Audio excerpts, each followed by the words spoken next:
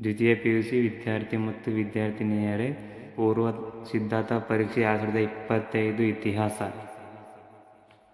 ಈ ಕೆಳಗೆ ಕೊಟ್ಟಿರುವ ಉತ್ತರಗಳನ್ನು ಸರಿಯಾದದನ್ನು ಆರಿಸಿ ಬರೆಯಿರಿ. 1ನೇ ಕ್ವಶನ್. ಎ. ಹೇಳಿಕೆ: ಇದು ಎಂಬ ಪದವು ಇಂಡೋಸ್ ಎಂಬ ಗ್ರೀಕ್ ಪದದಿಂದ ಬಂದಿದೆ. ಬಿ. ಕಾರಣ: ಉಪಖಂಡದ ಪ್ರಮುಖ ನದಿಯಾದ ಸಿಂಧೂ ನದಿಗೆ ಈ ಪದವನ್ನು ಬಳಸಲಾಗಿದೆ. ಎ ಸರಿಯಾಗಿದೆ, ಬಿ ತಪ್ಪಾಗಿದೆ. ಬಿ ಆಪ್ಷನ್: ಎ ತಪ್ಪಾಗಿದೆ, ಬಿ ಸರಿಯಾಗಿದೆ. ಸಿ ಆಪ್ಷನ್: ಎ ಮತ್ತು ಬಿಗಳೆರಡೂ ಸರಿಯಾಗಿವೆ, ಆದರೆ ಬಿಯು ಎನ ಸರಿಯಾದ ವಿವರಣೆಯಲ್ಲ. ಡಿ ಆಪ್ಷನ್: ಎ ಮತ್ತು ಬಿಗಳೆರಡೂ ಸರಿಯಾಗಿವೆ ಹಾಗೂ ಬಿಯು ಎನ ಸರಿಯಾದ ವಿವರಣೆಯಾಗಿದೆ. Options D correct answer. Question number 2. ಚಾಲುಕ್ಯರ ವಾಸ್ತುಶಿಲ್ಪವನ್ನು ಭಾರತೀಯ ದೇವಾಲಯಗಳ ವಾಸ್ತುಶಿಲ್ಪ ತೊಟ್ಟಿಲು ಎಂದು ಕರೆದವರು ಯಾರು? A option Percy Brown. B option Sulaiman. C option Edwin Arnold. D option Davy A Smith. Correct answer A. ರಾಜ ತೋದರ್ಮಲ್ಲನ ಕಂದಾಯ ಪದ್ಧತಿಗೆ ಸಂಬಂಧಿಸಿದಂತೆ ಕೆಳಗಿನ ಯಾವ ಜೋಡಿ ಸರಿಯಾಗಿದೆ ಗುರುತಿಸಿ. ಎ. ಪೌಲುಜ್ಯ, ಸತತ ಉಳುಮೆಯಲ್ಲಿರುವ ಭೂಮಿ. ಬಿ. ಸಖತಿ, 3 ರಿಂದ 4 ವರ್ಷಗಳ ಕಾಲ ಉಳುಮೆ ಮಾಡಿದ್ದ ಭೂಮಿ. ಸಿ. ಚೆಚ್ಚರ್, 5 ವರ್ಷಗಳಿಗಿಂತ ಹೆಚ್ಚು ಕಾಲ ಉಳುಮೆ ಮಾಡಿದ ಭೂಮಿ. ಡಿ. ಬಂಜರ್, 1 ವರ್ಷ 2 ವರ್ಷಗಳವರೆಗೆ ಬೀಳು ಬಿಟ್ಟ ಭೂಮಿ. ಕರೆಕ್ಟ್ ಆನ್ಸರ್ ಡಿ ಆಗಿರುತ್ತದೆ. Question number 4. Dutch East India Company ಸ್ಥಾಪನೆಯಾದ ವರ್ಷ. A. 1600. B. 1602. C. 1664.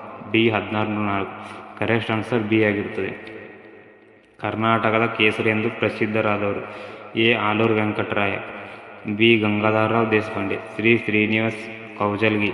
T. S. Nijalingappa. Correct answer B ಆಗಿರುತ್ತದೆ.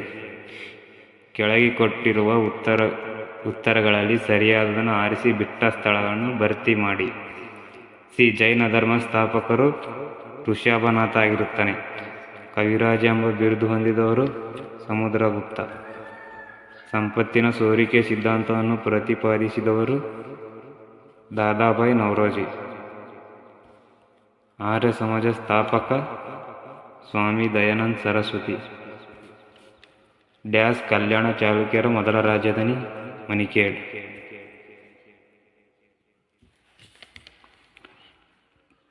ಕೆಳಗಿನವುಗಳಲ್ಲಿ ಹೊಂದಿಸಿ ಬರೆಯಿರಿ. 11ನೇ ಕ್ವಶನ್ ಅದಂತೂ. ಎ. ಕೈಗಾರೀಕರಣ ಇಲ್ಲವೇ ವಿನಾಶ. ಬಿ. ಅಕ್ಬರ್. ಸಿ. ಸ್ವಾಮಿ ವಿವೇಕಾನಂದರು. ಡಿ. ವುಮೆನ್ ಥ್ಯಾಕ್ಸ್. ಇ. ಅಶೋಕ್. ಎ. ಕೈಗಾರೀಕರಣ ಇಲ್ಲವೇ ವಿನಾಶ. Question answer sir M Visvesvaraya ಆಗಿರುತ್ತದೆ ಸ್ನೇಹಿತರೆ. ಅಕ್ಬರ್. ದೀನ್ ಇಲಾಹಿ. ಸ್ವಾಮಿ ವಿವೇಕಾನಂದರು ರಾಮಕೃಷ್ಣ ಮಿಷನ್. ವುಮೆನ್ ಥ್ಯಾಕ್ಸ್ ಶಿಯುಕಿ. ಅಶೋಕ್ ಧರ್ಮ ವಿಜಯ. ಈ ಕೆಳಗಿನ ಪ್ರಶ್ನೆಗಳಿಗೆ ಪ್ರತಿಯೊಂದಕ್ಕೂ ಒಂದು ಪದ ಅಥವಾ ಒಂದು ವಾಕ್ಯದಲ್ಲಿ ಉತ್ತರಿಸಿ. ಪ್ರಾಚೀನ ಕರ್ನಾಟಕ ಮೇಲೆ ಉಲ್ಲೇಖಿಸುವ ಗ್ರಂಥವನ್ನು ಹೆಸರಿಸಿ. ಕವಿರಾಜ ಮಾರ್ಗ. ಭಾರತೀಯ ಪುರಾತತ್ವ ಇಲಾಖೆ ಯಾವ ವರ್ಷ ಸ್ಥಾಪಿಸಲಾಯಿತು? 1904. ಇದು ಕವಿರಾಜ ಮಾರ್ಗವಾಗಿರುತ್ತದೆ. ಮೌರ್ಯರ ರಾಜ್ಯ ಲಾಂಛನ ಯಾವುದು? ಧರ್ಮಚಕ್ರ.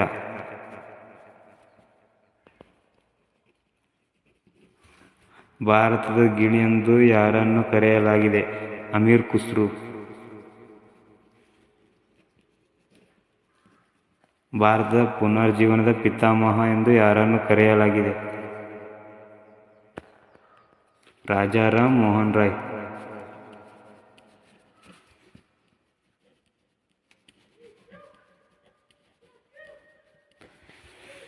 ಹಾಗೆ 2 ಅಂಕದ ಪ್ರಶ್ನೆಗಳನ್ನು ನೋಡೋಣ.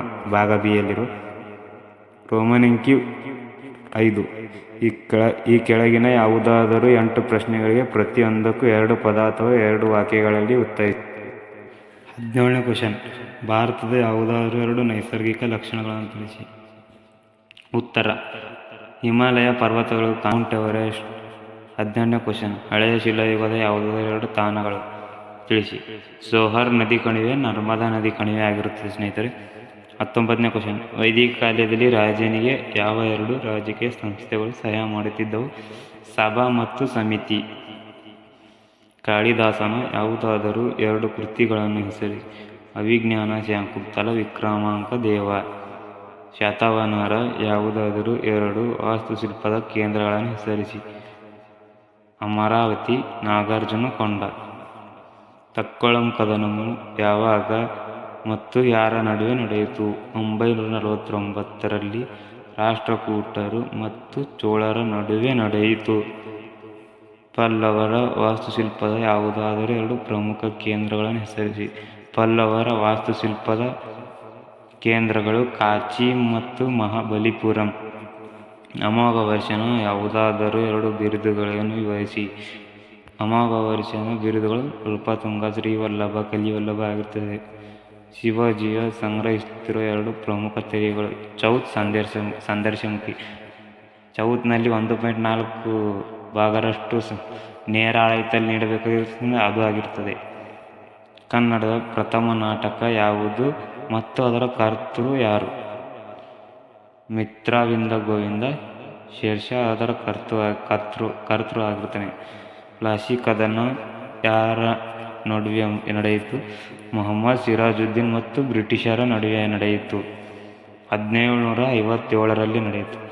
ಗಾಂಧೀಜಿಯವರು ಅಧ್ಯಕ್ಷತೆ ವಹಿಸಿದ ಏಕೈಕ ಕಾಂಗ್ರೆಸ್ ಅಧಿವೇಶನ ಎಲ್ಲಿ ಜರುಗಿತು ಮತ್ತು ಯಾವಾಗ?